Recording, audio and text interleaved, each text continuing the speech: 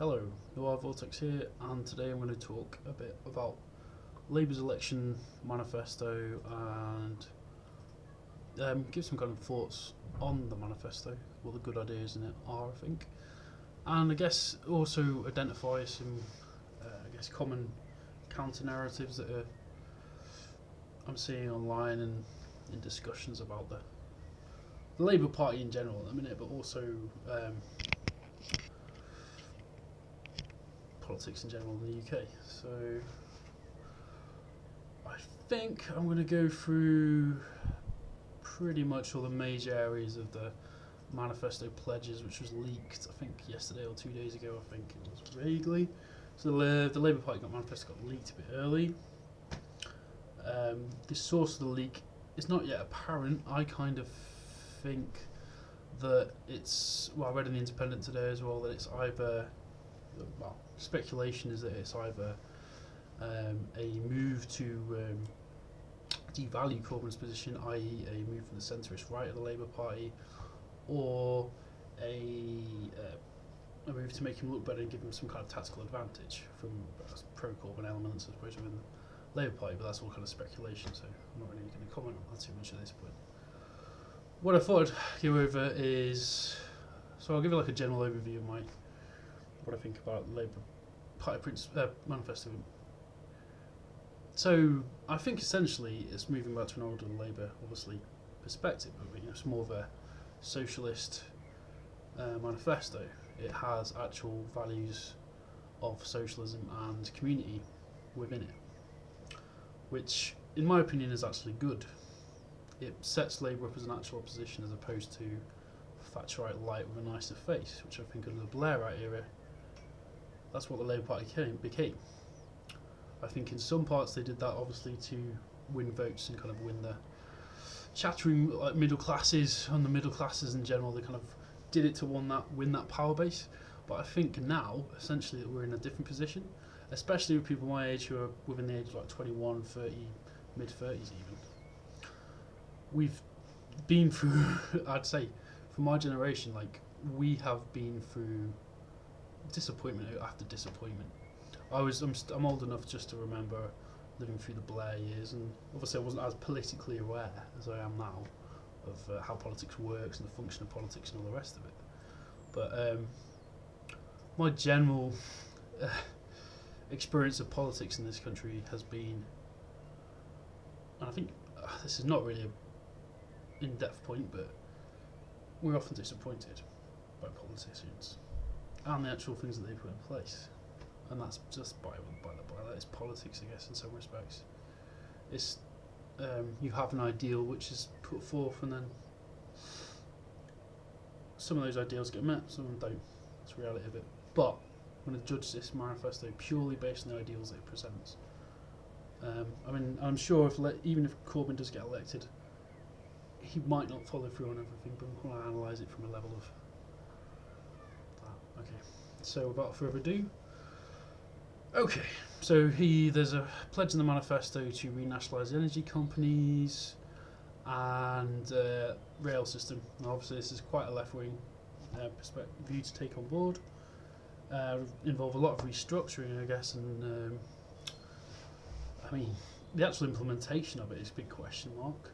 I think in general for a lot of the, from what I've heard so far and read about, the kind of ways that they're going to raise more revenue, not really that surprising. So taxing people who are earning over £80,000, for example. Myself as a socialist, I'm not really against richer people getting taxed more. I think it's a socially responsible thing to do, especially now in the condition that we are in now. Obviously, I think economies and societies have to evolve with the times. And sure, if we're in a very prosperous time and everybody was reaping the benefits of that prosperity, then we can lower taxes. But we're not. There's a small amount of people who are benefiting very much from what prosperity there is in this country.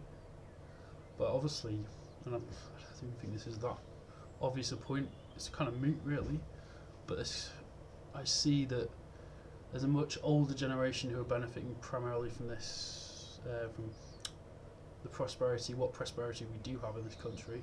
A lot of it's concentrated. I'm kind of rehashing points I made before, but a lot of it's obviously centered around the finance and knowledge economy.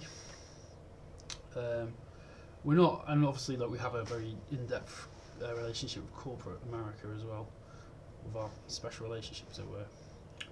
So, I see that raising income tax for people who earn over £80,000, that's a lot of money. Sorry, I mean, I'm constantly on the breadline, and yes, I'm making this personal, but just to kind of put it into some context.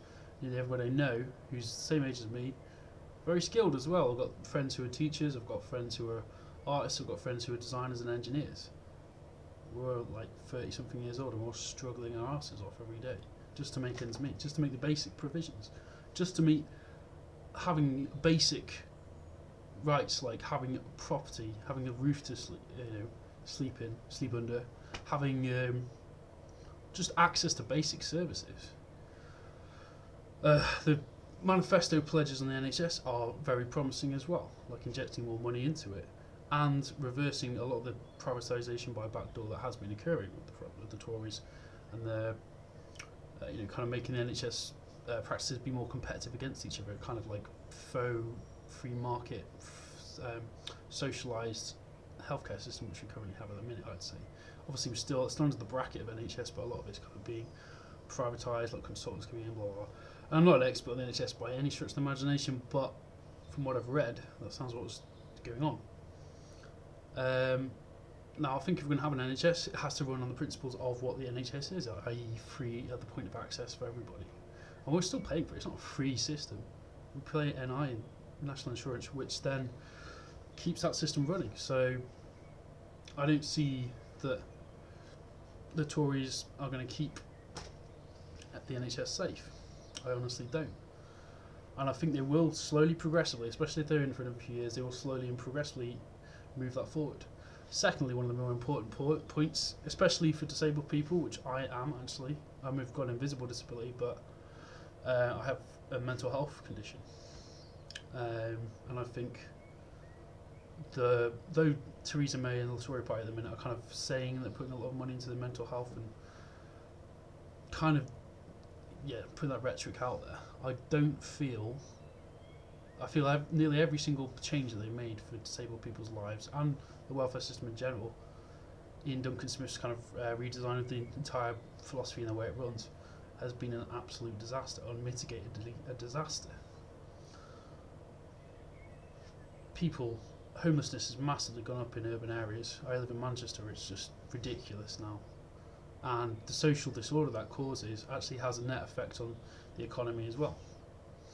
You have to provide more social services to get those people up and running again, and it just has like a general effect of depression on the population as well, and also because we all feel powerless against it. You try and give a few quid, try and give some food, but obviously it's never enough.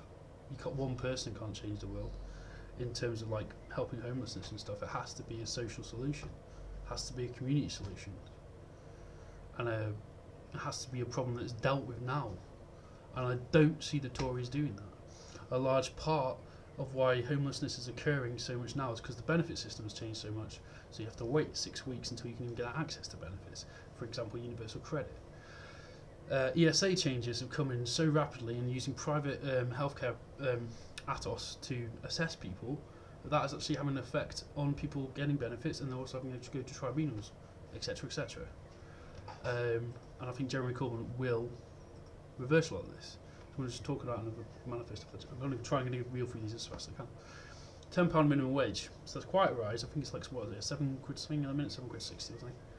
So that will make a real difference. And now I recognise that a lot of the Labour Party pledges are kind of following that kind of Keynesian model of economics, which is the Keynesian school, which is you stimulate the economy through increasing welfare spending and kind of like the state spending basically, and then the theory is it's kind of a feedback loop way that then gets fed back into the economy. People consume because they've got more money, they've got more spare income, blah blah. They can kind of that's the idea of Keynesian economics as far as I'm aware. And I'm not an expert on it by any stretch of the imagination, but that's my understanding of what it is. And that's kind of like opposed to the ideological position of the Tories, which still is, regardless of whatever, kind of more socially progressive face they put on things, i.e. being more socially progressive on social issues like gay marriage, for example, or having like more liberal progressive views on those things. They still are primarily a party which believes in trickle-down economics, the ideas of Milton Friedman, Thatcher, etc., which Thatcher kind of like, when Reagan kind of brought forward in the 80s. The idea of low taxes for companies and corporations, which then creates more work for everybody, whatever that means, and then that's supposedly the idea is that the wealth trickles down. What it actually ends up is in the situation we're in now, which is 0-hour contracts and workers not having the union rights and all the rest of it, having rights that they should have as workers, the rights to unionise, to organise, to actually represent themselves. And I'm not saying that unions are perfect. They are, obviously, they're organisations run by human beings. They're not going to be perfect all the time. What I am saying, and also the Tories have done quite a lot of stuff on reducing worker rights and unions and all the rest of it. What I'm saying is that, let's have a look at the manifesto quickly. I'm still reading through all this, obviously, so.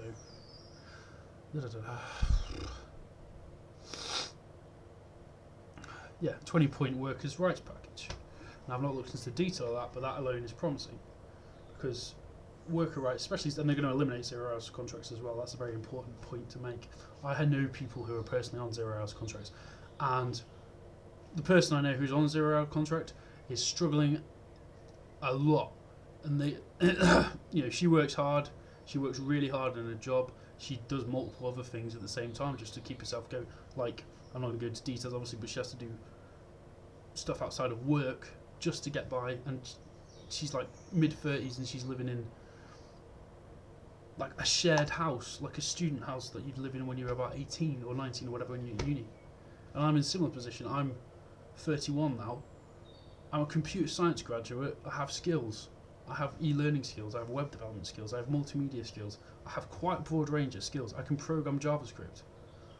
And I'm living in a studio flat in Manchester with a single bed, like a bachelor's kind of flat, which even then I'm still struggling even to pay that off. I've got debts racking up to all over the place.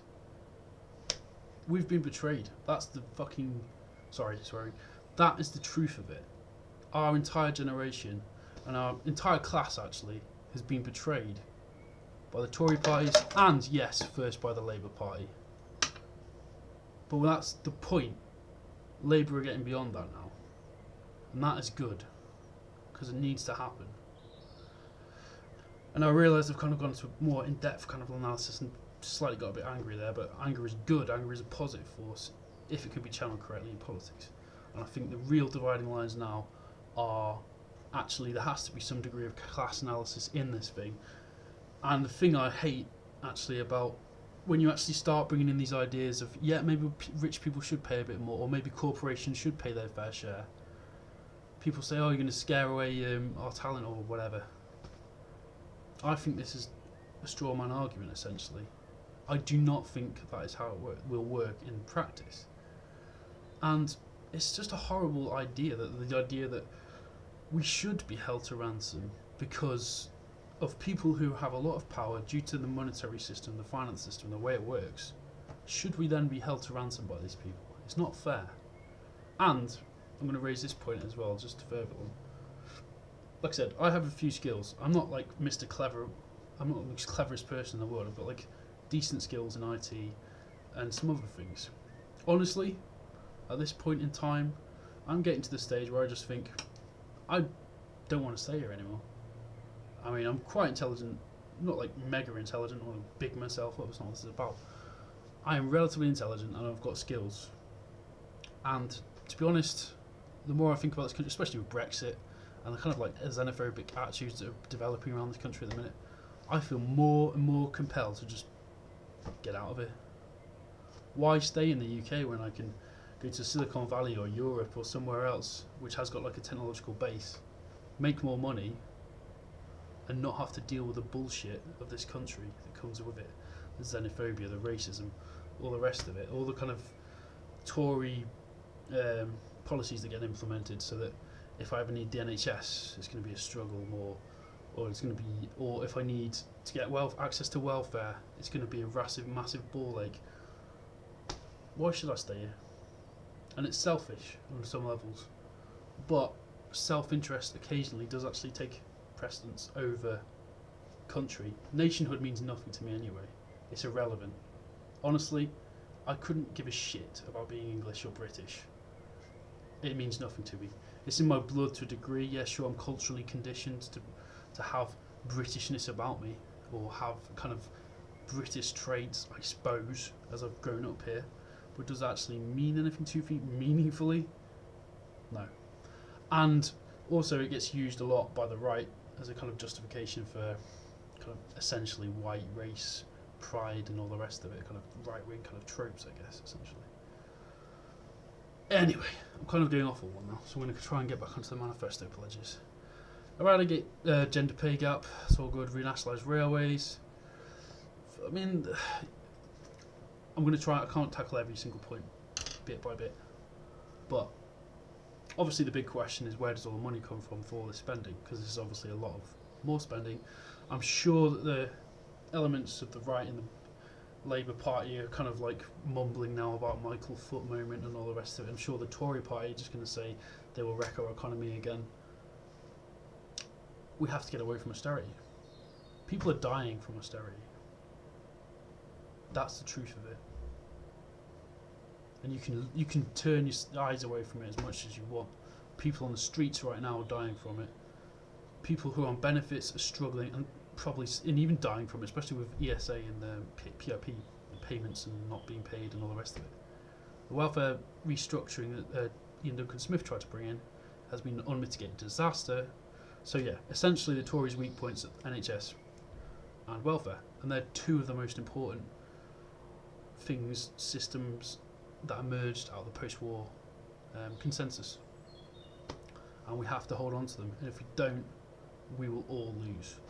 And I think actually what this Labour Party demonstrates is that the Labour Party is actually going back to a working class base, and also a base of community values. Now, the kind of ridiculous things in the press about Corbyn being compared to a communist is just actually getting quite annoying, to be honest. It's just like, and it's not all the press obviously, but most of the gutter press, which is pretty much all the press in the UK, Sun, Daily Mail, Daily Express, etc. All kind of right-wing rags, and the only things I ever even half consider like as being reputable journalistic sources anymore are the Eye and the Guardian. That's it. I mean, Guardian's obviously got a left-wing bent, but it's alright because you kind of recognise that.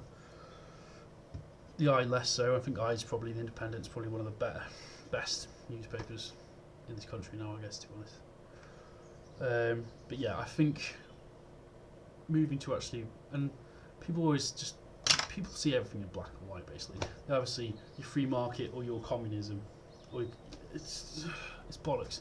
Most sophisticated economies in the West and in pretty much most of the world have a mixture of both state spending and a ability for human beings to create businesses, and a mixture of liberty of the individual and protection from the collective when things fail, I guess. Protection by which I mean protection for the individual, liberty, etc., etc. Now I think why the Tories have kind of gained votes is obviously they used to be very socially conservative. They've become more socially liberal with Cameron, I suppose, to the point where the nastiness of the got kind of taken off the edge of it, but it's still there under the surface of it. So you look at a lot of the policies they've implemented. I mean, most people could see that, I think. So that kind of took, I guess, that part that the Labour Party always had, which was being more socially progressive and kind of, that basically. So yeah, it's kind of, I think it's interesting times we're living in. I think, if Labour do get into power, it is going to be an uphill struggle. There's no point denying that. And Labour are kind of looking better in some polls if you look at some sources online. I've even seen things in Independent, which is obviously a reputable journalistic source, to say that is looking more so the case. so it's not necessarily all game over. But you'll see, obviously, in the press that the narratives that develops in a lot of the right-wing press are, just kind of propagandist, because it's right-wing press. The Daily Mail being the worst example of said thing, and that's just rag. It's not even considering being a journalistic source. Its bias is so obvious. I mean, yeah, you can say The Guardian is, but at least The Guardian actually has anything with a degree of intellectual kind of like rigour to it. And yeah, it's got liberal bias, but that's because generally speaking, I'm going to sound quite controversial here, generally speaking, and it is generalisation, but generally speaking, people who are more intelligent generally have a more liberal bias. Sorry, that's the fucking truth. I mean, obviously you have conservative figures who are obviously very intelligent. I'm not going to deny that either. It's liberalism, as in like social liberalism, and conservatism, as in like the broadness of what that means, are opposing views. But then obviously conservatism does have a lot of intellectual figures as well. Like I was mentioning before, Milton Friedman or Anne Ryan's, but they're all dead now, those figures. But I mean, in terms of like figures who are alive now, I can't remember his name. Yabbering a bit now. Talk more about the manifesto. Free school meals. So there's a lot of stuff in here about children as well, kind of like education, which is good. Tokenistic in some respects, but it's good. On the defence issues, Trident. I don't see how this can be justified in an economic sense. Yes, there are people who will lose their jobs, I guess, if you start dismantling the Trident programme or restructuring it. Restructure it towards something good. Restructure it towards green energy. Those engineers are talented people. They don't have to be building nuclear subs. That's a brain drain right there. Not building a fucking nuclear sub. How can we compete? What is the point of building a nuclear sub? I mean, people say it's a deterrent, but it's like a return to the mad kind of philosophy, the mutually assured destruction idea that was around in the Cold War. It's insane. And we're just a small island. I don't know why we still have this idea that we're some kind of empire. We're not. We're a small island, which is why we're so dominated by US politics, because we rely on a lot of their business in the global market, but we need to become more independent, actually, in some respects, as a country. That means investing in engineering and green energy and the industries of the future. It doesn't mean spending more on weapons, developing weapons deals with Saudi Arabia, for fuck's sake. Saudi fucking Arabia, one of the most repressive regimes in the Middle East. It has a terrible record on women's rights. Has a terrible record on pretty much anything. It's a very authoritarian regime, but yet somehow we can sell them loads of weapons, and it's okay because it's justified by money. This is the problem with the fucking world at the minute. It's a globalized system where all the interlocking aspects of it's just too big to fail. And that is the problem with consumer capitalism at this point in time. It is too big to fail. And this message is constantly regurgitated through the media, which is owned by 25 companies or something in the entire world. Conglomerates, etc. Now, I'm sure lots of people go, this is a fucking liberal talking about corporate culture. Corporate culture is killing us. My kind of personal perspective of where we should move forward, and now I kind of understand I've read off the Labour Manifesto a bit, but I'm kind of brainstorming now because I like this. I'm actually having my own ideas about Labour and about the working class movement and socialism, I guess, essentially. My own idea is that I think we should obviously move to kind of like a mixed economy, but with a very, very, very big emphasis on creating worker cooperatives, which means you have ownership within your business that you set up. And obviously this is not going to be like a short-term thing. I'm just talking a longer-term philosophy that I think the world should develop. And I think it's the real battleground that the left could fight on. If you have an equal ownership in your business, I mean, in a way it's kind of returning to a Soviet's idea, which was developed in the USSR but never really obviously took place. And in the USSR, obviously, you had a centralisation of power, central party, etc., etc. Rosa Luxemburg wrote very well, criticising Lenin on what happened in Russia. And with hindsight, she was right, extremely right, of course, because the centralisation of power and centralisation of kind of resource planning and all the rest of it in the Soviet Union destroyed the Soviet Union, as did the one-party state. Democracy has to be obviously left intact. I mean, I kind of subscribe to a democratic socialist. Always have done since I was like 15 or 16 years old. Since I started getting interested in the thing. Funny story. I actually found out about socialism, or even what that meant, when I was 17 years old, having driving lessons with my driving instructor. He started talking to me about socialism. I never heard the word before. In my education, we're not taught about these things at school. And being a socialist doesn't mean you're dogmatic. You have to question the socialist movement. I don't necessarily agree with everything Jeremy Corbyn's done. I certainly don't agree with everything the Socialist Workers' Party does. And I'm not involved in that, by the way. I'm a Labour Party member. Anyway, I'm kind of going off on track now. So, yeah, I just felt like I needed to get some stuff out there, get some stuff on my head, kind of... I think the manifesto is actually one of the best things Labour has produced for 20 years. It might not be popular with everybody. It might not be popular with the kind of burgeoning, kind of comfortable middle classes, but that's why I like it. There's too many of them. There's too many comfortable people who are comfortable with what's going on in the society and comfortable with the amount of suffering that's going on the streets. Yeah, we might not get into power, but at least we made a point, I suppose.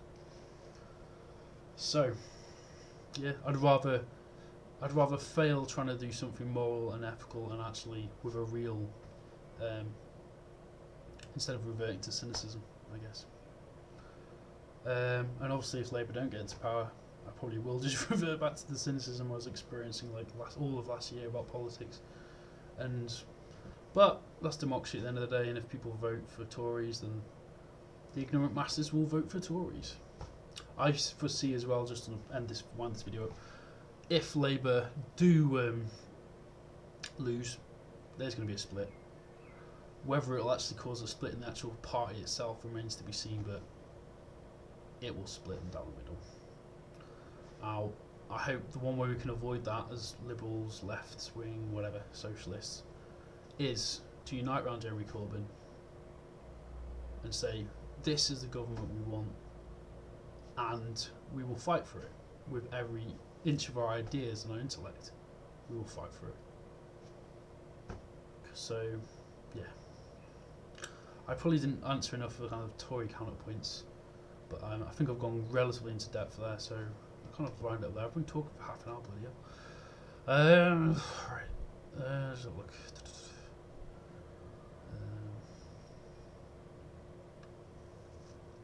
Some stuff, good stuff in the arts as well, which is brilliant, I think. I kind of covered most of the stuff there, so yeah. Thanks for listening. If you have any opinions, just ping them below.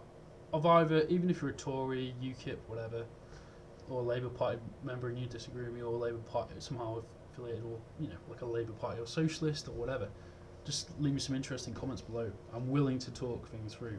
I have friends who are Tories, so I'm used to it. Family are Tories, so I'm used to it. I mean, obviously it can be quite maddening, but there you go. Yeah. Alright. Cheers. That's my kind of muddled thoughts on the manifesto. Manifesto.